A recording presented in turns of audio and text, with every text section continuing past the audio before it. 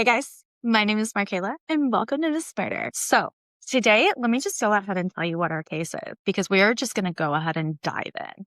So our case is over the Travis Sean Hunt case. I've actually already done this case before. It's actually already on my podcast. It's the first and second episode. Let me just tell you, this is the case that was my very first case back in 2019.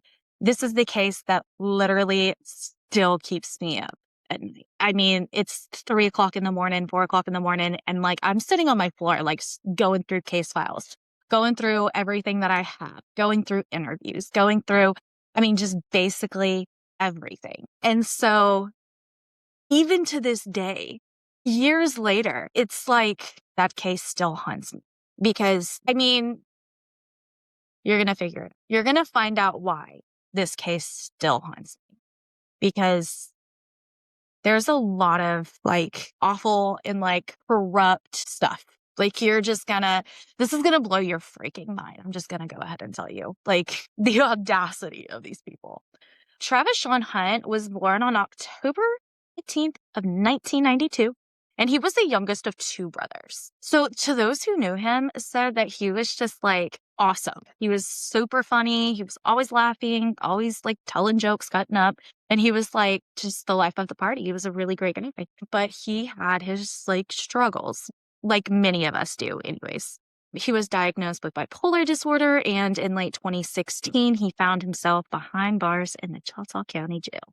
From November 2016 to February of 2017, Sean says that he was mistreated. And then later, he wrote a series of Facebook messages about the mistreatment in the jail to 8 different people months later. So we're going to get into that. I'm going to read you those Facebook messages because this is crazy. A few months after sending those Facebook messages, that's when Sean went missing. He vanished. So on August 11th of 2019, he walks out of the back door of his grandma's house. I mean, like literally just like, hey, grandma, I'm going to go outside for a second, and then never returned. He only had jeans on. Okay. No shoes, no shirt, no phone, nothing. Like only had jeans on, like no socks, nada. So he also had no wallet, no medication, and he was like never seen again. The last person that saw him was his uncle, Warren. 3 days later, Warren reported him missing. But here's what I keep asking myself. Okay, if you see your nephew walking down the road when it's August in Mississippi, wouldn't you stop and ask, like, do you need help? Like, why are you outside just like walking down the road? Make that make sense. So that's what I don't understand. Like, why didn't he stop and ask if he needed help or like, hey, dude, do you want to go? Like, do you want to get in the truck? Like, let me take you back to your house. And he should have asked him, like, hey, do you got your phone? Like, do you have something on you? You're going to find some very questionable actions of his uncle. All right. So Sean's mom said that she seen him the Saturday before he went missing. And she said that they spent the day together. They like went out to lunch, and then he came back over to her house. And she said that this was kind of normal. Like he's always gone out with friends, but he always like made sure to call and tell them where they are. But he had mental illnesses, He was diagnosed with ADHD back in elementary school. And then he had been in and out of treatment centers like growing up. Later at East Mississippi State Hospital, he was diagnosed with a bipolar disorder and like manic psychotic features. And he was prescribed like lithium and Zyprexa, which is like an antipsychotic. Sean sent 8 messages on Facebook to 8 different people. And I'm going to read these to you. Okay. Like I will tell you, I'm reading it as it is written. Some of the stuff is kind of like off a little bit, but just bear with me. Okay. Because I'm just reading it word for word. On or around November of 2016 through February of 2017, I was assaulted by law enforcement on several different occasions. I informed my lawyer, Joey Hood, and I informed my grandmother, Betty Hunt. I informed my mother, Kimberly Haynes, and I informed my cousin, Joshua Hunt. I also informed Savannah, which is a dispatcher at the Choctaw County Jail, on several different occasions In the jail, I was physically assaulted and mentally challenged. I was threatened my life by law enforcement. I was beaten. I was chained with chains to a table and left. I was chained to a bar in the jail, also left. I was aggravated assaulted by Sheriff Cloyd Halford with a whip. I was punched in the face several times by Chief Lee Upchurch, and I was chained and assaulted by Isaac, along with other law enforcement officers. And dispatch Pam Bradbury recorded it on her personal cell phone. And Officer Christopher Coleman of the Choctaw County Sheriff's Department was involved. The law enforcement agency also had 3 state inmates assault me and put me in a straitjacket. The Chief Lee Upchurch did inform me that he would kill me on more than one occasion. One night, the chief took me in a law enforcement truck to a place off of South Union Road, and he told me, "This is where you will be found dead." I've been a victim of abuse mentally and physically. They tried to sweep it under the carpet. They moved me to Winston County when I was telling people how they were abusing me. They, as in the employees of Choctaw County Sheriff's Office, kept food away from me, locked me in cells with no clothes or anything. I was peppered sprayed on more than one occasion by Glenn Sheedy and Bo Brooks. I discovered the law enforcement agency also had me on record during the operation and investigation while I was incarcerated in the jails. My father finally decided for me to file a case with the Choctaw County Court Counselor. I am mentally challenged and physically challenged, unable to achieve my goals. I'm hurt and uncomfortable, for I still feel unfair and upset by the actions, in all caps, of my sheriff's department here in Choctaw County, Mississippi. I am distressed and in need of a lawyer, and I will file a motion in the court. By the grace of God, I am still alive. So this was in December. He went missing in August. That message was sent 8 months after he was released from jail, where he claimed that the mistreatment by the officers of Choctaw County Sheriff's Office and Ackerman Police Department and a county constable. Okay, so from November of 2016 to November of 2017, Tom was locked up in the Choctaw County Jail. And according to him, what he experienced was nothing short of cruel. Kim Haynes actually released the photos on the Bring Sean Home Facebook page. As she posted the photos, she wrote in the caption, and I quote, "My son, Sean, told me and several other family members something a few years ago. Until recently, I thought only my family knew. But apparently, my son wanted it to be known because he wouldn't have sent the messages out there to others if he didn't. I've stayed quiet about it way too long. I'm not saying this has anything to do with his disappearance. This may hurt feelings, but you know what? My son was hurt by this. And if it were your child, you'd want justice too. No one will touch this case. I've gone to lawyers, I've gone to the media, and I understand now why they won't take it. Because like I've said before, I've known for years, but I played dumb, just like Sean asked me to, and other family members to do. Sean spoke to an investigator, but nothing's been done. All this time, I am a mother trying to get answers about where my son is. I'm a mother who feels like there's no one and nowhere to turn right now but social media.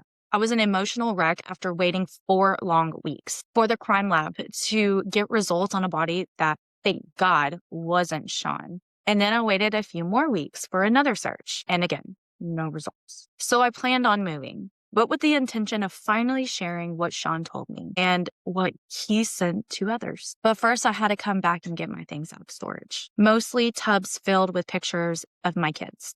The only pictures I may ever have of Sean if he's not found safe. So I came back, retrieved my pictures, asked around about Sean. The same old story. And now, because it could be very well a threatening situation for me, I am leaving Mississippi. Tomorrow is Sean's birthday. He will be 28. The only thing I can give him right now is hope for justice.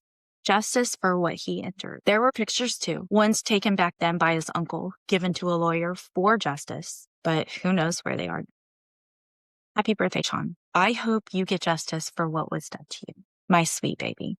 So Sean named 5 individuals in particular the men that is connected to the very law enforcement agencies that are sworn to protect us. But I don't think they do much of protecting this case. Cloyd Halford. So he is a now retired sheriff of Choctaw County. James Bo Brooks, formerly with the Ackerman Police Department. Lee Upchurch, the chief deputy under Halford, and he's also no longer with the department. Chris Coleman, a former constable in Choctaw County. And Glenn Sheedy, who at the time was a school resource officer at the Choctaw County High School. I don't know where he fits in, but okay. Sean even accused the sheriff's dispatcher, Pam Bradbury, of filming one of the assaults with her cell phone. And what in the hell happened to Pam and her phone?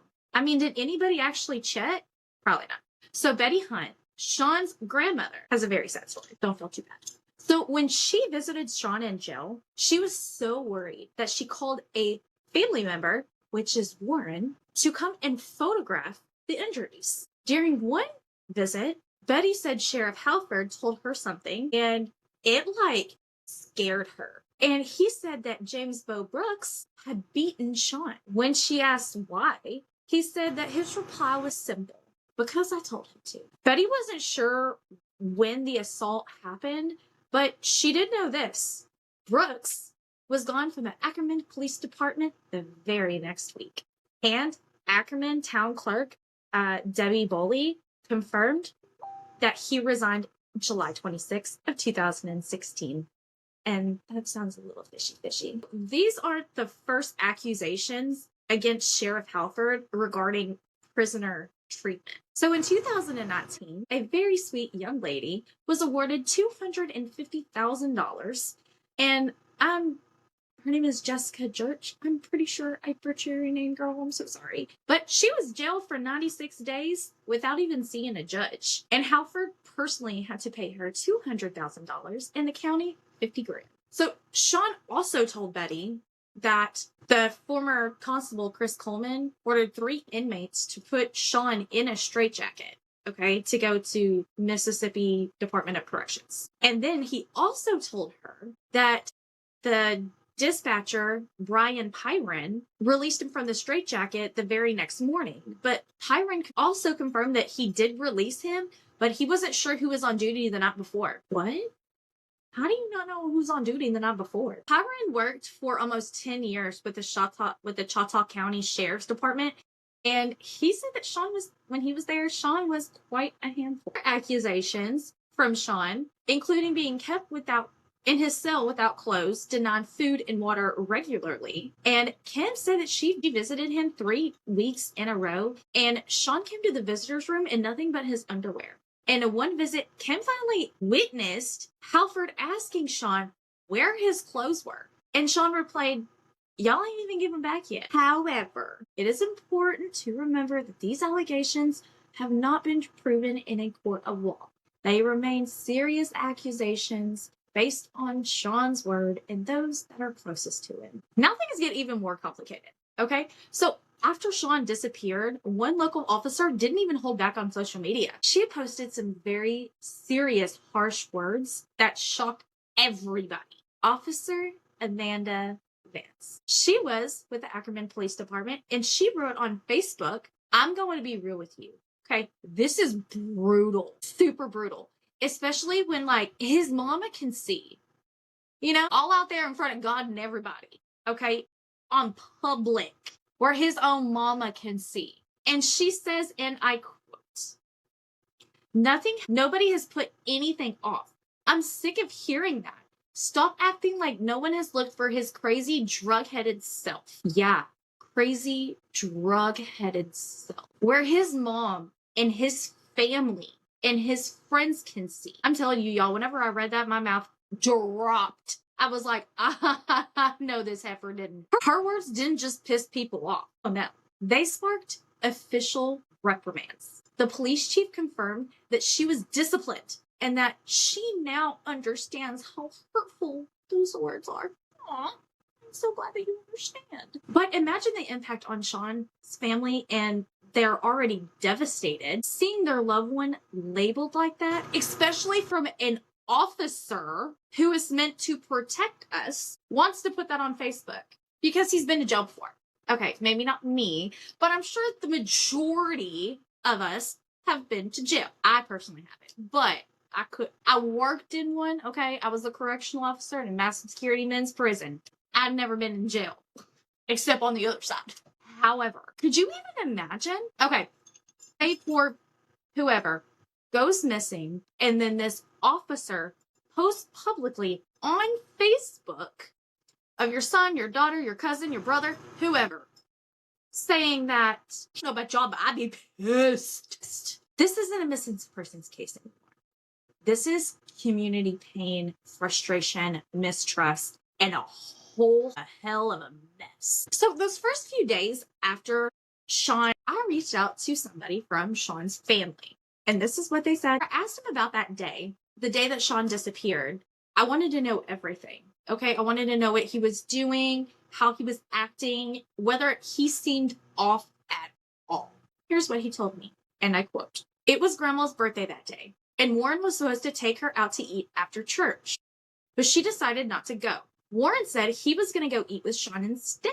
Other than that, everything seemed normal. Sean didn't seem worried or he didn't act scared. Just a regular day. What happened after Sean disappeared is a story of delay, confusion, and missed opportunities. When I tell you missed opportunities, missed opportunities." A family member who was speaking to me anonymously explained that the very first search didn't even come from law enforcement, that it came from family and the community. Volunteers organized, scoured the area, and trying to track down every lead.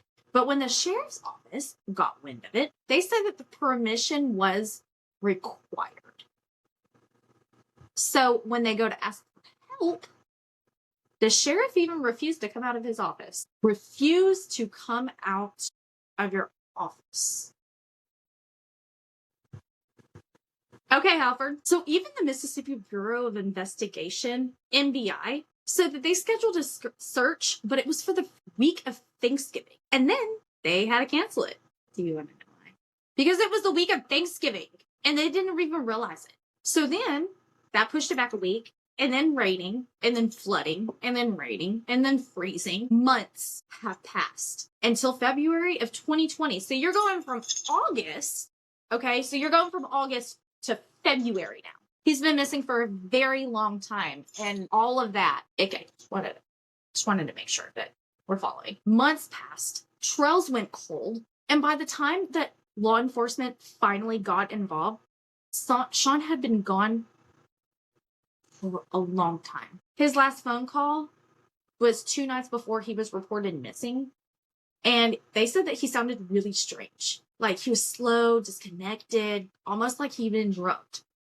The family member remembers thinking something was wrong, but by then, even after Sean was reported missing, no one even searched his room. Not once. Officers even confirmed this when they were asked. The room still remains untouched. All the evidence they could found in his room, under sheet, whatever, ignored. Betty said that she didn't know where the phone was for the first week, right? And then Warren, after Sean went missing, he said he pinged it in Memphis.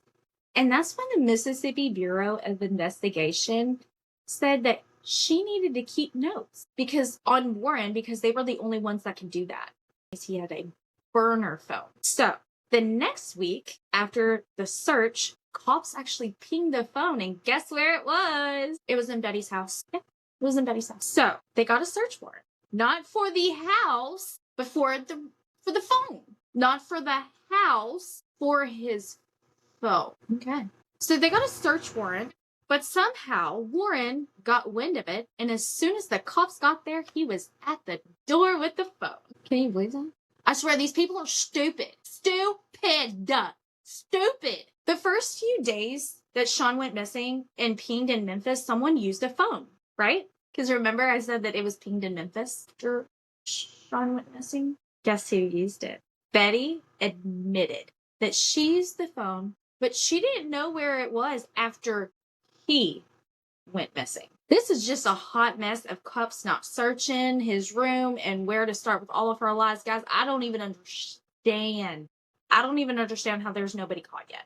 So about that handwritten letter that I said earlier, the grandma worded it herself. It was heartfelt and desperate. She explained everything she knew, including everything that Sean had said to the family, which is about everything about Choctaw County and the jail and all that kind of stuff, and asked the NBI to look at it immediately. Here's the kicker, okay? The letter mentioned people who may have been involved, people who might have known more than they were admitting, and she even included the details that Sean had only shared with close family. But nothing happened.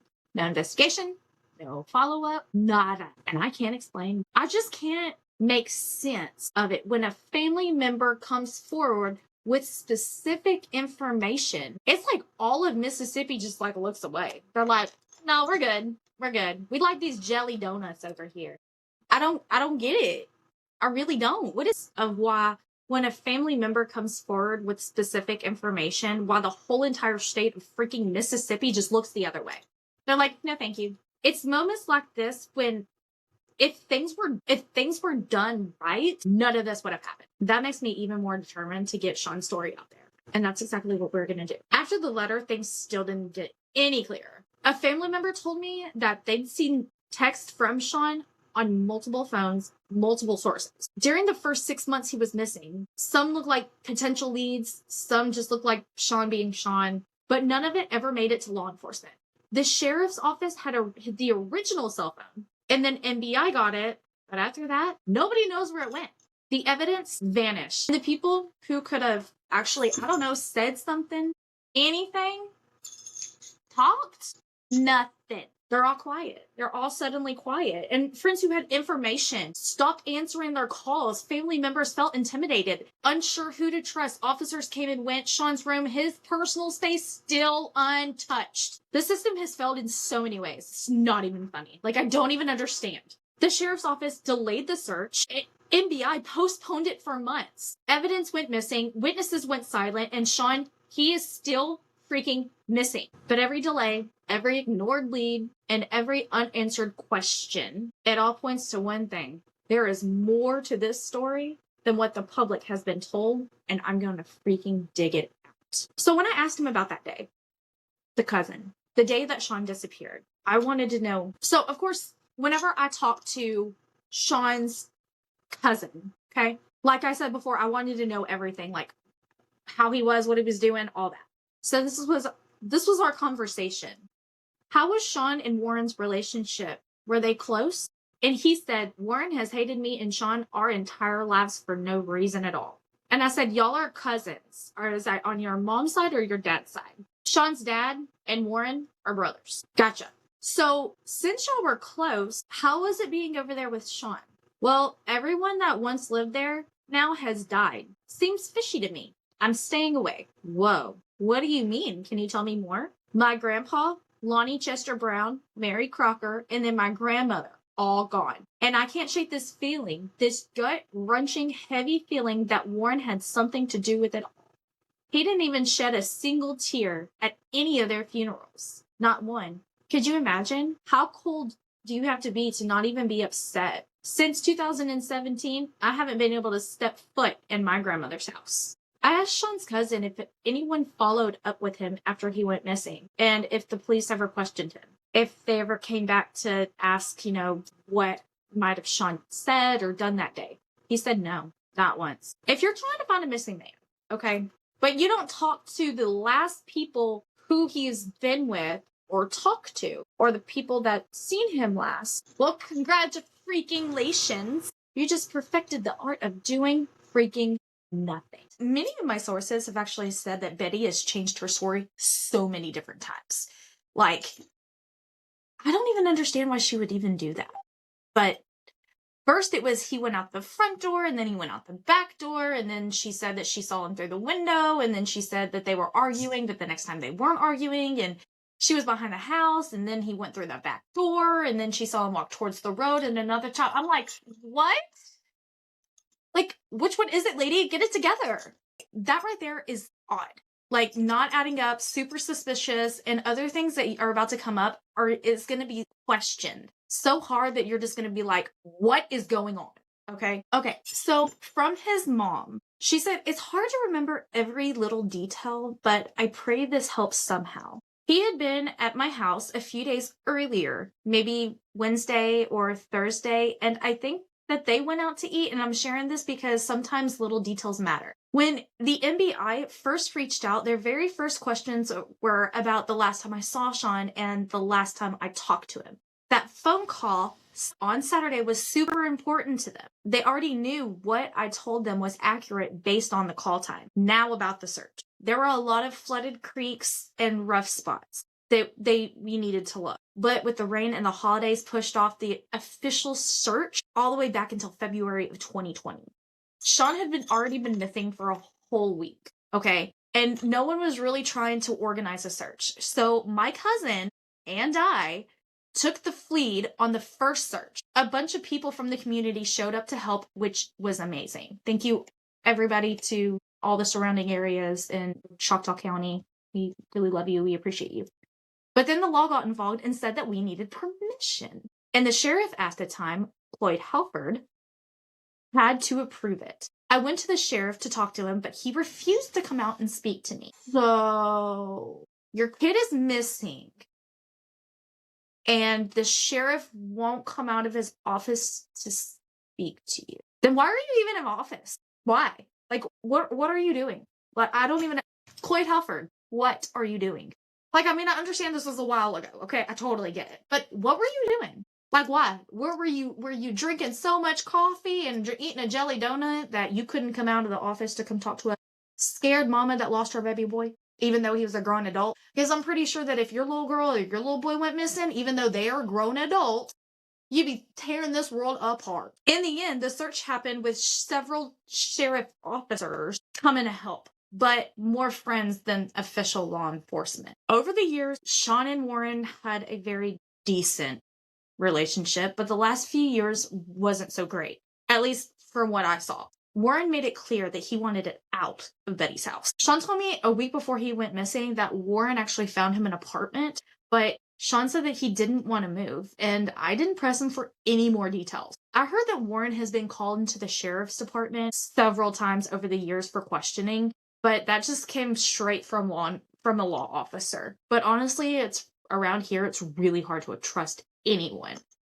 Yeah, babe, I get it. And get this. Warren actually tried to get the search that my cousin and I organized canceled. And we had planned to meet at Concord Church right next to Betty's house. The night before, y'all, listen to this. The night before, the preacher called me, confused, saying that Warren told him that Sean had already been found, and he asked why they were still coming to the church. I told him Sean hasn't been found. Not even close. And he seemed so thrown off about it. Like, he didn't know what to believe. And I had to tell him like 3 or 4 times, Sean is still missing. Okay. The only thing that the preacher said after that was, I don't know why Warren told me that, but he even said that you had permission to meet at the church. Why would Warren tell you that? Why try to stop a search unless there was something he didn't want you to find? And here's something that still doesn't sit right with me. Okay. Why would Warren lie about something like that? Like, why would you try to stop a search of a missing person if there was something that you didn't want anybody else to find, you know? So I did interview another family friend. This was our interview. Were you there when Sean was first reported missing? And when did the first search party start after the initial missing persons report? Yes, I was there when it first happened, and it was soon after when we started to search, but the police only volunteered. Like, it wasn't like a police search or anything. And the deputies that showed up were more of family friends than an actual, like, police. So another family friend actually lined up a search dog. They did find the scent, but they lost it soon after, entering the woods behind the grandma's house, which wasn't even the way that they stated he was walking. Barefoot, by the way. And we all searched even in places that they tried to restrict us from, which was very suspicious, end quote. So I asked her, how long have you known Sean and what was he like? And they said, I have known Sean since he was a baby. He was very outgoing and He was a very outgoing person that loved his family. I have heard about it on Facebook first, I think, which is he's been missing for like 24 to 48 hours. And I think that we started the search shortly after when we realized the police are not going to do much. We searched everywhere. I felt like police didn't want to help because he had been in some trouble, but that's not a reason to not look for somebody. This has totally ruined his mom, the not knowing. I think it would like literally ruin anybody. I really do. But like the thing is, I don't understand what's up with Choctaw County and Ackerman Police Department. Like, I really just don't know. I don't understand what happened and why. But we searched where he left from Concord Church, and we also searched Hebron Road up by Eupora, which I was not a part of that one, though. It was later on after some remains have been found there. And his mom did go directly to the house, but he had been visiting, though. And as soon as Sean went missing, she went right over there to Hebron Road to go looking for him. Now, if you have actually listened to my podcast, thank you so much for all my Miss Murder fans. But if you have actually listened to my podcast, the third episode is actually the Jody Fannin episode. And that is also connected. Pretty much my entire first season is over Choctaw County in Mississippi. My whole entire first season. So then I said, because I wanted a little bit more information. I wanted to see what a perspective was like, not from a family, but for a family friend. She said she was no help. Warren did help with the search, though, and he went to his mom's house to go get some of Sean's clothes, so he could, like, give it to the dog or whatever, and they can smell and, like, try to pick up a scent. And she said that whenever they got into the woods, the dog, like, lost the scent, like, in the middle of the trail. She thinks that it was actually planted there, the scent trail, because it just stopped. Kim had been very close with this family. She even lived with Betty, the grandmother, for a while. So for them not to let her inside was really weird. It was very strange. I'm not really a fan of her. She's been always kind of mean to me. Just odd, different. This is actually from another person in the search party. And I asked, when you got to Betty and Warren's house, can you tell me what happened? When we first got there, Betty came out of the house and said, I told you Sean wasn't here. Kim said, well, we're still going to look for him. And Warren, the uncle, stopped us on the trail and said, this is where his footprints stop. If you went left, it was down a little area with a creek, which is the way he would have went. And if you went right, it was a heavily wooded area that led in the direction to the uncle's old place. We didn't see any signs, so we just continued down the trail. It was so hot that day. And someone brought their dog who wasn't fully trained yet, and it never picked up the scent. We finally just met back up at the church. We decided to go to the uncle's old place. And this is where it gets weird, very weird. The people that were like in the back, they kept hearing music play. And he said for the longest time that they tried to get inside. And then an ex-sheriff and his wife was also there trying to get inside. We looked around, went in the shed, called his name thinking like maybe if he heard us, he would come out. We saw a small window on the side of the trailer and this really small girl climbed through the window because she could get in. So she could go unlock the door. When she opened the door, this is scary.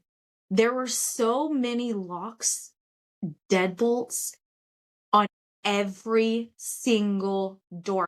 On the outside of the door. Not the inside, the outside. What are you trying to keep in there, Warren? And even on the shed. That was scary. About that time, Warren pulled up and told us that he wasn't there to get off of his property. As we were standing there, Kim said, there are a few deep wells around here, and if Warren did something, he's at the bottom of one of them and no one would ever know. Holy chalupas. Guys. Okay, so whenever I first got this information, I will tell you the look on my face. It was pure shock. Okay, because I'm a very, I don't know if you noticed, a really big facial expression. My facial expressions are humongous. Okay, and I talk with my hands, and it's just, I have severe ADHD, baby. Okay, it's never away. Anyways, and so the fact that there's a trailer, okay, and these little people, they're all walking to it, and there's a sheriff there that's also, these people are trying to get in the house, okay? And then this girl goes through the window so that she could get in and she could go open the door. She gets in through the window, opens that door to realize that there is so many doors with locks on them on the outside.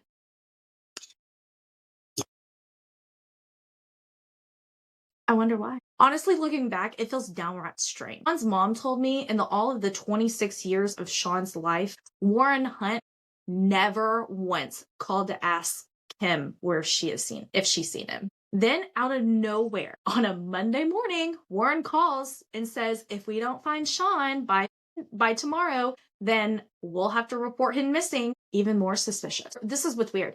Warren was the only person that claimed seeing him walking down the road, but there's nobody to even check that out. Like, there's no witnesses, no proof, no nothing to even know if that's what happened. So can we even, like, trust that story? Like, he was the last person to see him, you know? And then, like, with the deadbolts, like, on the outside of the door, like, what? I mean, how do we really know that is the time, the place, or even the day that Sean actually disappeared, you know? And it doesn't stop there. Betty took out a life insurance policy on Sean. Plus, Warren pushed Sean to move out. He even found him an apartment, but Sean refused to leave.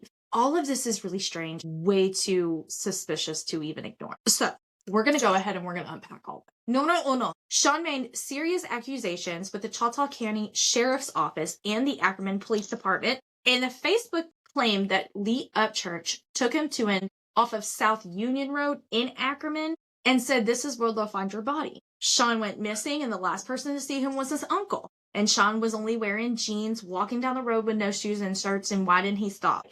Why would you not stop? That's what I'm like, guys, that's what I'm thinking. I'm like, why would you not stop? It's 109 degrees outside in August in Mississippi. The police didn't just fail to search properly. They barely searched at all. They looked around on the outside of the house and never went inside. Sean's phone wasn't confiscated until days, weeks later.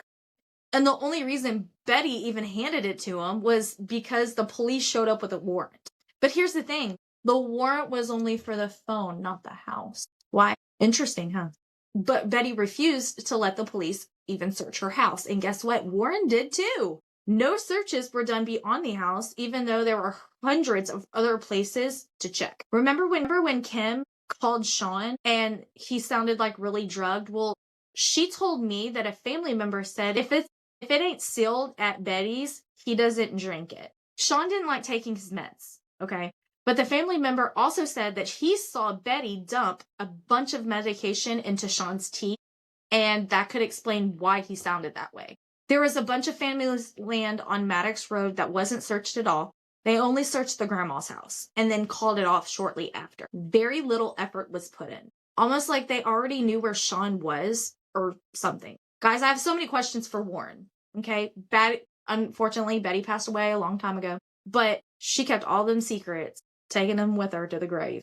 My questions are like, why do you keep changing your story? You used the phone, made a call, and then refused to give them the phone until they came back for a warrant. You refused to let them come in and look in Sean's room, even family, not just for investigators or police. Witnesses saw you pouring drugs into drinks by 2 different people. Call off the search, get off the property, Sean isn't here. The doors bolted on the outside, all of them at Warren's house. A few deep wells around the house. You know, Warren wanted Sean to leave. The life insurance policy, even though it's 7 years from payout of a missing persons, there are stipulations and you can get it early. Maybe they figured that out. Guys, there's just so much. I don't know, this math ain't math, and it makes me so, not even knowing him, like not even knowing Warren already makes me feel like weird. Like, he seems like super creepy, right? Like so creepy to me. Especially like his house and having deadbolts on the outside of the door, like you're trying to keep something inside the room. Like, come on. And here's another thing. I didn't think about taking pictures of that.